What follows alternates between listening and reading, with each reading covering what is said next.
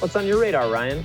So on Sunday night, 60 Minutes aired the first TV interview given by Reality Winner since she was released from prison this summer.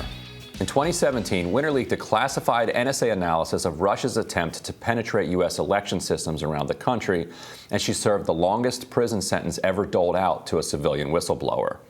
Winner's case is unique, and because of the way our tribal politics has developed, she's become a person without a political home.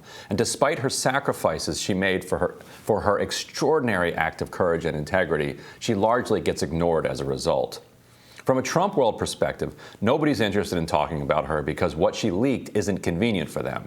What she revealed doesn't fit neatly into a political universe where if you're a resistance liberal, you believe Trump actively colluded with Moscow to steal the election. And if you're on the right or you're a left-wing anti-Russiagator, you think that any mention of Russia at all is crazy town conspiracy stuff. But the document she leaked didn't talk about collusion between Trump and Russia. All it said was that Russia had penetrated our election systems. And it didn't say that they had done anything to manipulate the rolls or manipulate the votes. But it did expose flaws in the system, and it did show that Russia was keeping its option of meddling open, just as they've done in other countries and just as we've done in almost every country on the planet. Now, among resistance liberals, she had a hard time gaining traction for two reasons. First, by leaking, she had betrayed the deep state. And the public faces of the intelligence community had no interest in talking up her cause on CNN or MSNBC. And second, she leaked to The Intercept, which doesn't have a ton of friends among either resistance Democrats or the deep state. Now, full disclosure, I shared a byline on the article about her leak, but my role in the story was limited to research about North Carolina's election system. Now, while Winner is now free, she's still on supervised release for the next 3 years with onerous conditions. In the interview, which I'd encourage you to watch in full over at 60 Minutes website, she talks about her motivation for the leak and the psychological impact the government's assault on her has had. As she explains, she felt like she was seeing double, watching Trump publicly claim that Russia had behaved entirely innocently throughout the 2016 election, while knowing that his own intelligence service had concluded differently. I knew it was secret, but I also knew that I had pledged service to the American people. And at that point in time, it felt like they were being led astray. The public had company in the dark.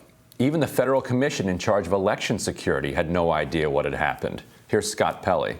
But what prosecutors called grave damage was a bombshell of truth to the Federal Election Assistance Commission, which helped secure the vote. Winner at her trial wasn't able to talk about her document or why she leaked it, but in her interview she pushed back against the idea that she had ever done anything to put the country at risk. Quite the opposite. I thought this was the truth, but also did not betray our sources and methods, did not cause damage, did not put lives on the line. It only filled in a question mark that was tearing our country in half in May 2017. And that I meant no harm. One way that the government managed to deny her bail was to suggest that her language abilities she had been trained in by the military, meant that she might defect to the Taliban. That charge, that she was some kind of traitor, shook her to her core and haunted her throughout her time in confinement. The interview got emotional and went to some dark places, but I think it's important to understand what was done to her.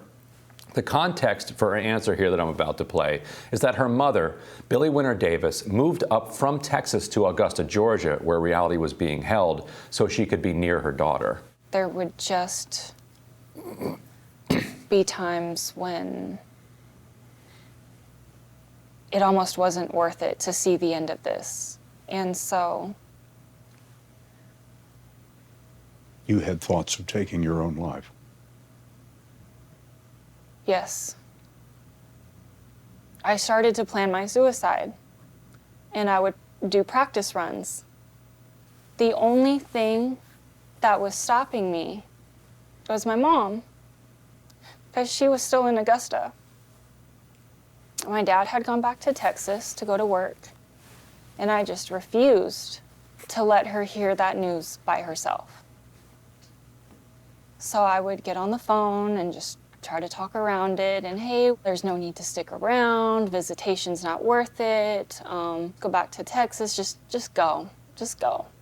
So by refusing to leave her side, Billy literally saved her daughter's life. She was there for the interview, and she learned about how bad it nearly got at the same time Scott Pelley did. Here's what she told him when he asked her about it. I heard that. Yeah. Did you know she was in that much trouble? I mean, there were some very dark days, but then they would be followed by a better day. I just knew when I was there in Georgia, I couldn't leave. I couldn't leave her. There is absolutely no reason she needs 3 more years of supervised release with a strict curfew that blocks her from living a normal life. Instead, Biden should be inviting her to the White House, apologizing for the draconian approach that was taken, and firing any prosecutors who were involved and are still there. And while he's at it, he should award her the Medal of Freedom. Her only crime was having more faith in this country's government than it deserves. Based on all the things that you've read about yourself, based on the things that the prosecutors said about you in court, who are you not? I am not a traitor. I am not a spy. I am not I'm not a dissident. I am someone who cares deeply for the American people, who cares deeply in the principles of democracy and justice. I am somebody who only acted out of love for what this country stands for. And so, Robbie, what Reality did was an unusual case of whistleblowing because it wasn't really driven from a partisan or political perspective. She was seeing a live question being discussed constantly. Did Russia have any interest whatsoever in meddling with the 2016 election? She wasn't going to answer whether or not Donald Trump Jr. had, done anything specific in some hotel room, or some hotel conference room, with like Russian agents or whatever. It wasn't that kind of detail. It was just, was Russia intent on monkeying around with the U.S. election in 2016? And she had this evidence that, in fact, they were interested in doing that. And she revealed that to the public.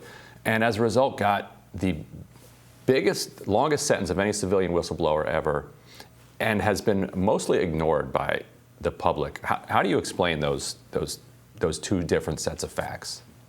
Yeah, I mean, I think you really laid it out quite well. In this environment we're in, this media environment, this political environment, you have to be speaking, or it behooves you or benefits you to speak so directly to the grievances of one of the 2 political coalitions, to Republicans or to Democrats.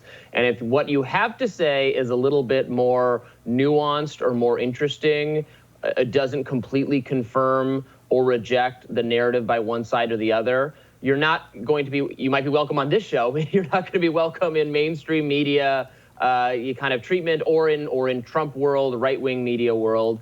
And so she, just like you said, she didn't have a natural home.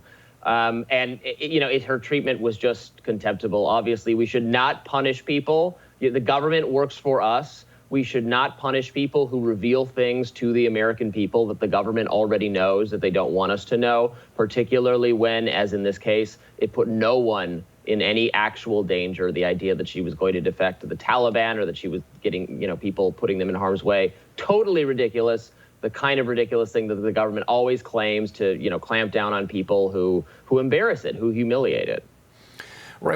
And what was so useful about that 60 Minutes report is the way that they, showed how the commission in charge of election security and a bunch of other, state-level election officials were shocked at what she revealed, and started to demand that release more of what you have. Telling the intelligence agencies, release this information that you have. We're the ones whose job it is to run these elections. We need to know what the vulnerabilities are.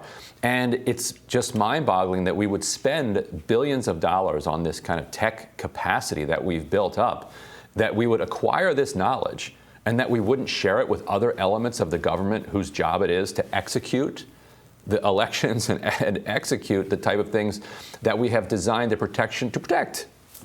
Yeah. And her interview was incredible in what she went through. You know, it's a reminder that prison is awful. It's terrible. Obviously, there are some people, maybe there are many people who have to be in prison because they are a danger to society. You've done something really bad, and you're still a danger.